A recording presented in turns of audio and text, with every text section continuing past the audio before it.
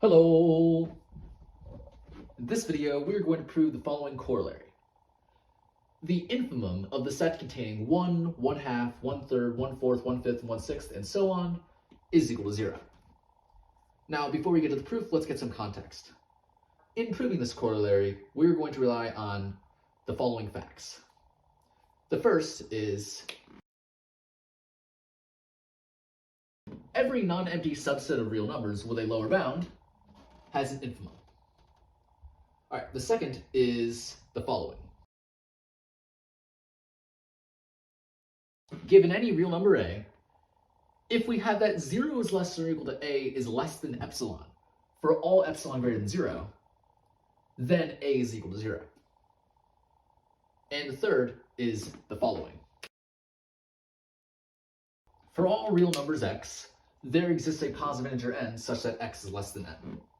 Now, in the book we're referencing, this second fact is referred to as theorem 2.1.9. And this third fact is theorem 2.4.3. And the book, by the way, is Intro to Real Analysis by Barlow and Sherbert, 4th edition. Okay, so now let's get into proving this corollary.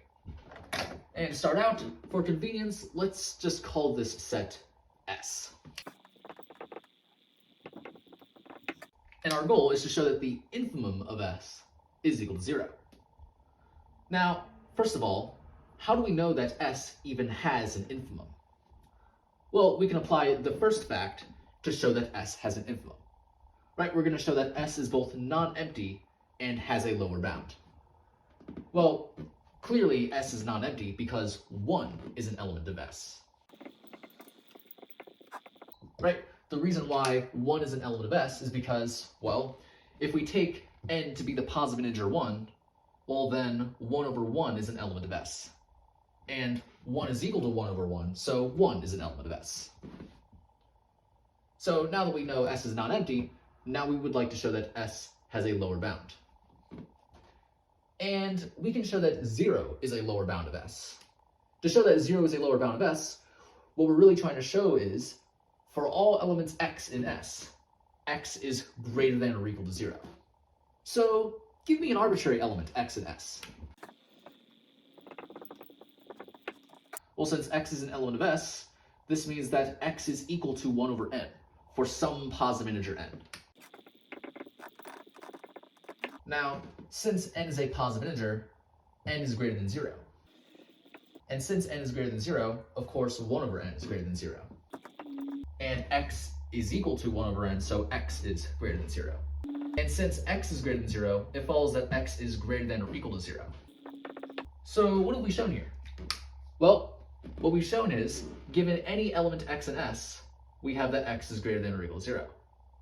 Since x was arbitrary, this means for all x in S, x is greater than or equal to 0. Therefore, 0 is a lower bound of S. So we see that S is non-empty and has a lower bound. So by this first fact, S must have an infimum. We'll let W be the infimum of S.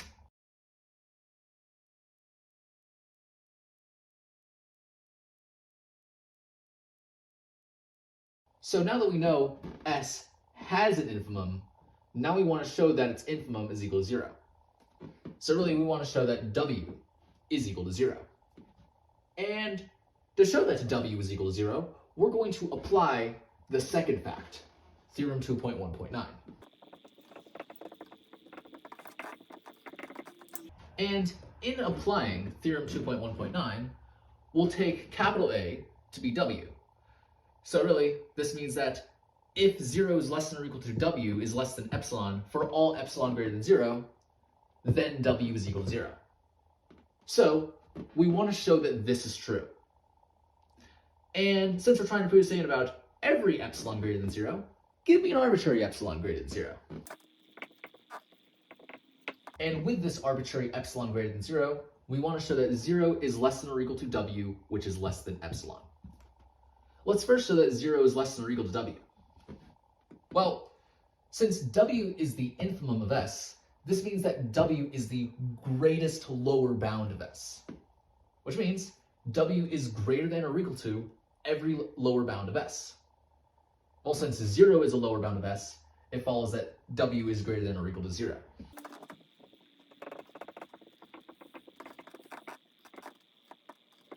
So we've shown that 0 is less than or equal to W. Now we want to show that W is less than epsilon. And to see how we can do that, well, we're going to apply the third fact, theorem 2.4.3. Now, since epsilon is greater than 0, surely 1 over epsilon is a real number. And if we take the x here to be 1 over epsilon, well then, there exists a positive integer n such that 1 over epsilon is less than n.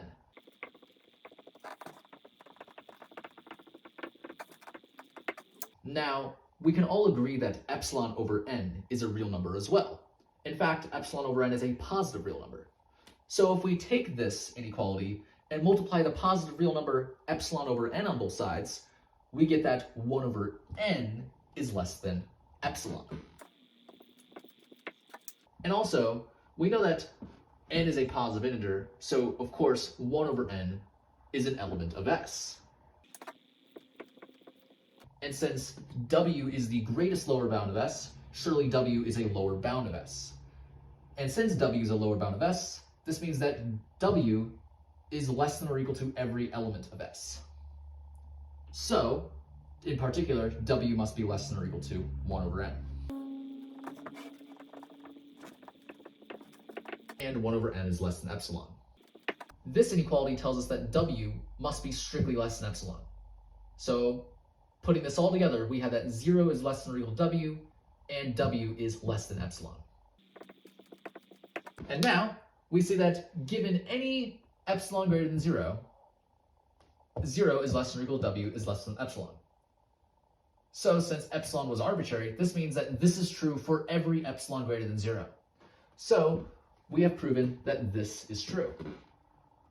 And so by theorem 2.1.9, this must then be true. So W is equal to 0.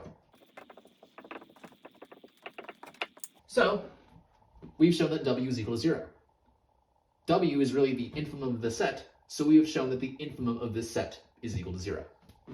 And that's exactly what we wanted to prove. So this completes the proof. And so yeah, that's pretty much it for this video.